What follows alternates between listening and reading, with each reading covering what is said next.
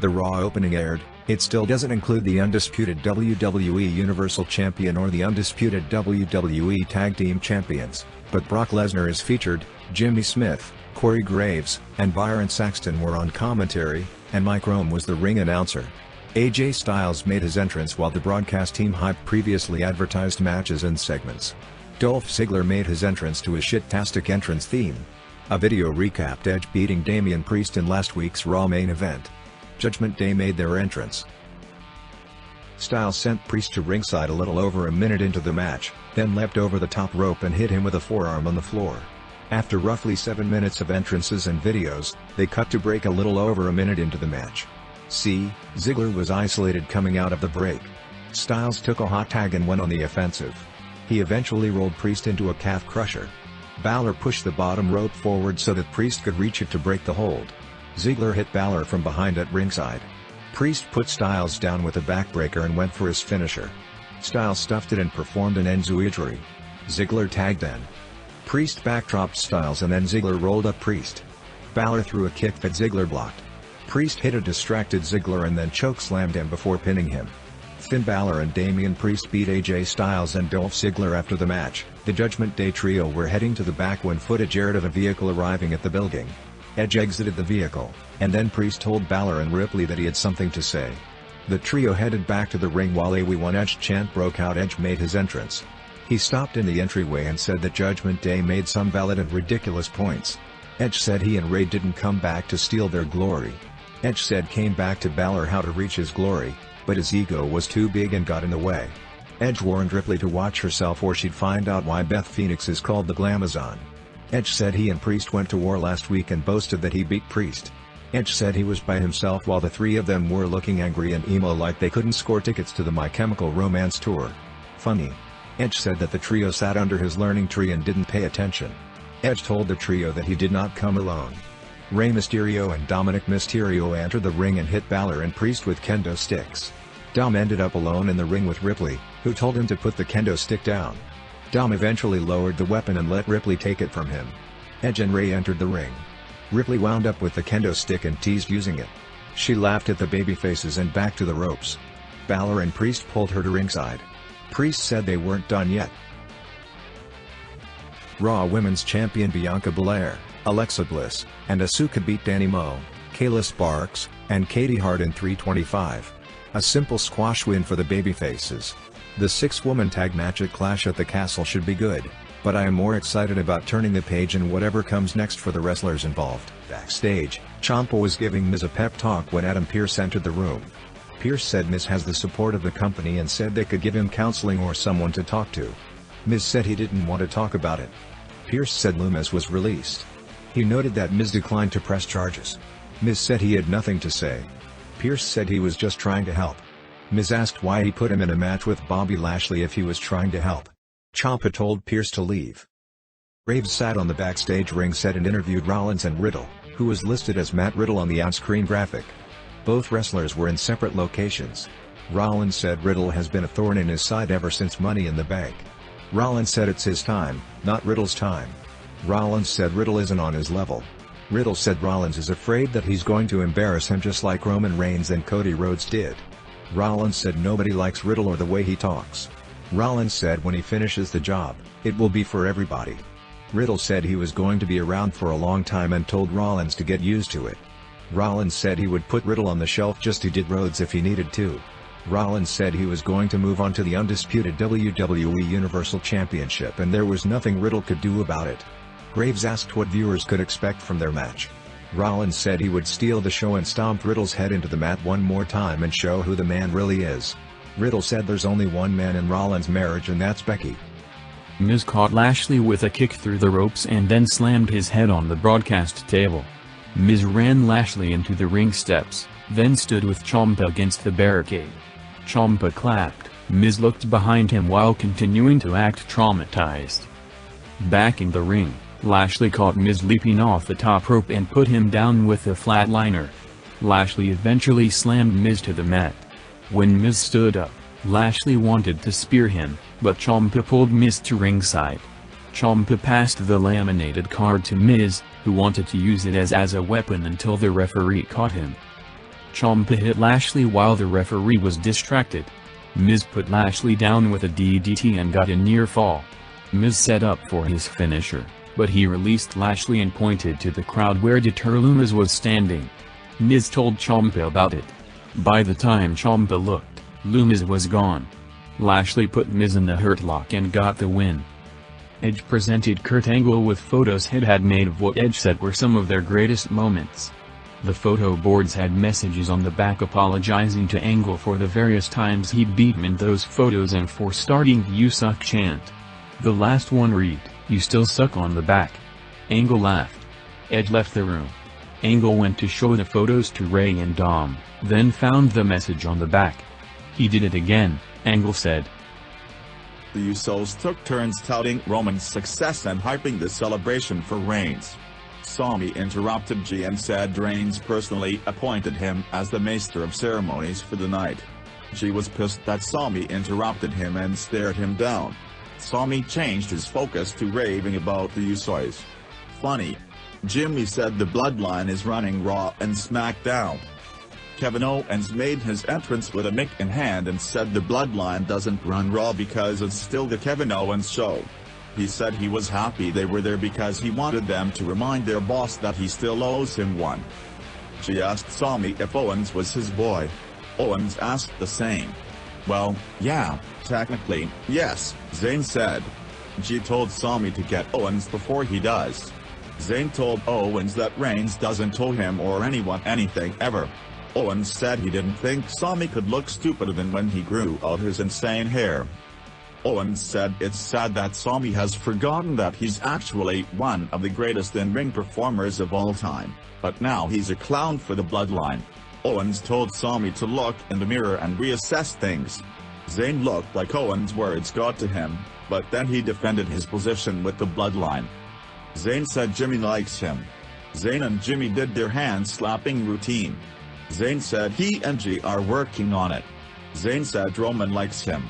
G told Owens to leave or they would drop him like they did McIntyre.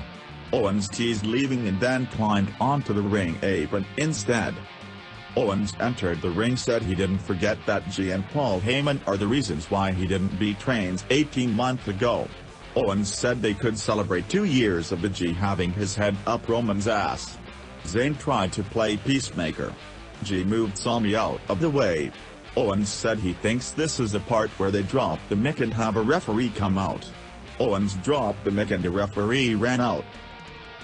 Kurt Angle was introduced by Mike Rome. Angle came out wearing a ring jacket, sweatpants, and a gold medal. He played to the hometown crowd and then hyped the Clash at the Castle event, saying the pay-per-view would be so good that fans wouldn't want to miss it. Alpha Academy's entrance theme interrupted Angle. Chad Gable and Otis walked out. Angle was in the ring with Gable and Otis coming out of the break. Gable labeled Angle a personal hero and said his story motivated him. Gable taunted the live crowd. He told them that there was an Olympic hero in the ring and Kurt Angle and told them to show some respect. Funny. Gable told Angle that they were making him an official member of Alpha Academy for one night only. Otis gave Angle his own Alpha Academy jacket. Angle said he would pass and toss the jacket back to them. Gable told Angle to tell him it wasn't true that he turned down the offer. Angle tried to deliver his damn true line, but Angle shushed him. Angle shushed Gable, who took offense. "You don't shush a shusher, I do the shushing here," Gable said. Angle and Gable went back and forth with shushes. Gable told Otis to show Angle what happens when you turn down an offer from the Alpha Academy. The Street Profits Montez Ford and Angelo Dawkins made their entrance and stood by Angle in the ring.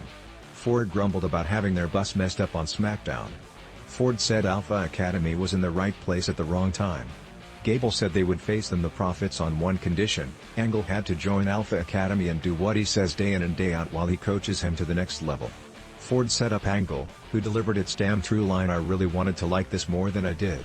It was cute, but I was hoping for something stronger considering how funny both guys can be." The Street Profits Montez Ford and Angelo Dawkins vs Alpha Academy Chad Gable and Otis. Kurt Angle was seated at ringside. Gable performed a dragon screw leg whip on Dawkins, who was then isolated. Ford tagged in and had Gable down when he went to the rope. Otis cut off Ford, and then Gable ran up the rope and suplexed Ford. Dawkins hoisted up Gable and tagged in Ford, who went up top.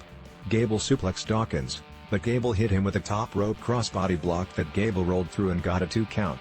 Otis tagged in and worked over Ford. Gable hit a top rope headbutt and had Ford pinned, but Dawkins broke it up.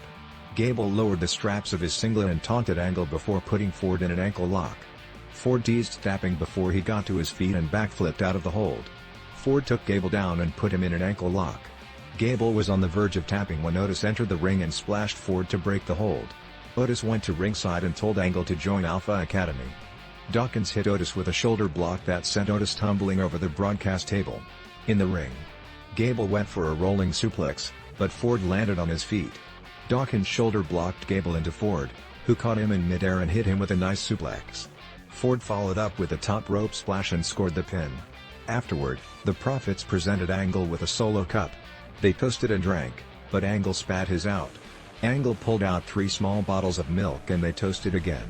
Angle tossed some of the plastic milk bottles into the crowd.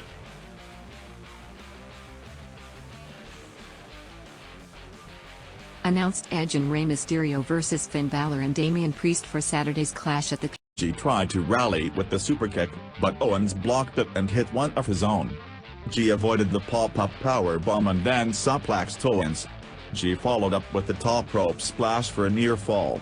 A short time later, Owens superkicked both Usos and hit a top rope frog splash on G for a near fall of his own.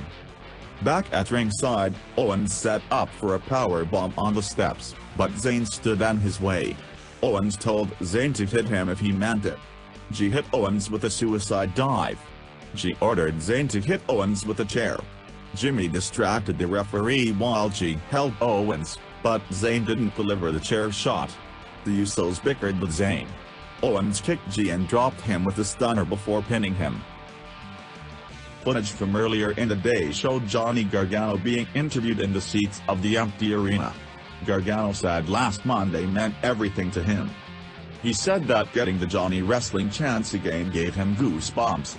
He said it's not just a nickname because wrestling is his life and he was away from it for 9 months. Gargano said he was excited to see Theory because they were like family. Gargano said Theory didn't have to start at the bottom because of who he knows. Theory walked into the picture with the Money in the Bank briefcase in hand. Gargano said Theory never even called him when his son was born. Theory took a seat behind Gargano and pointed out that Gargano never called him when he won the US Championship. He said Gargano was jealous because he was watching at home when he made it to WrestleMania. Theory said it's lonely at the top and told Gargano that he's swimming with sharks now.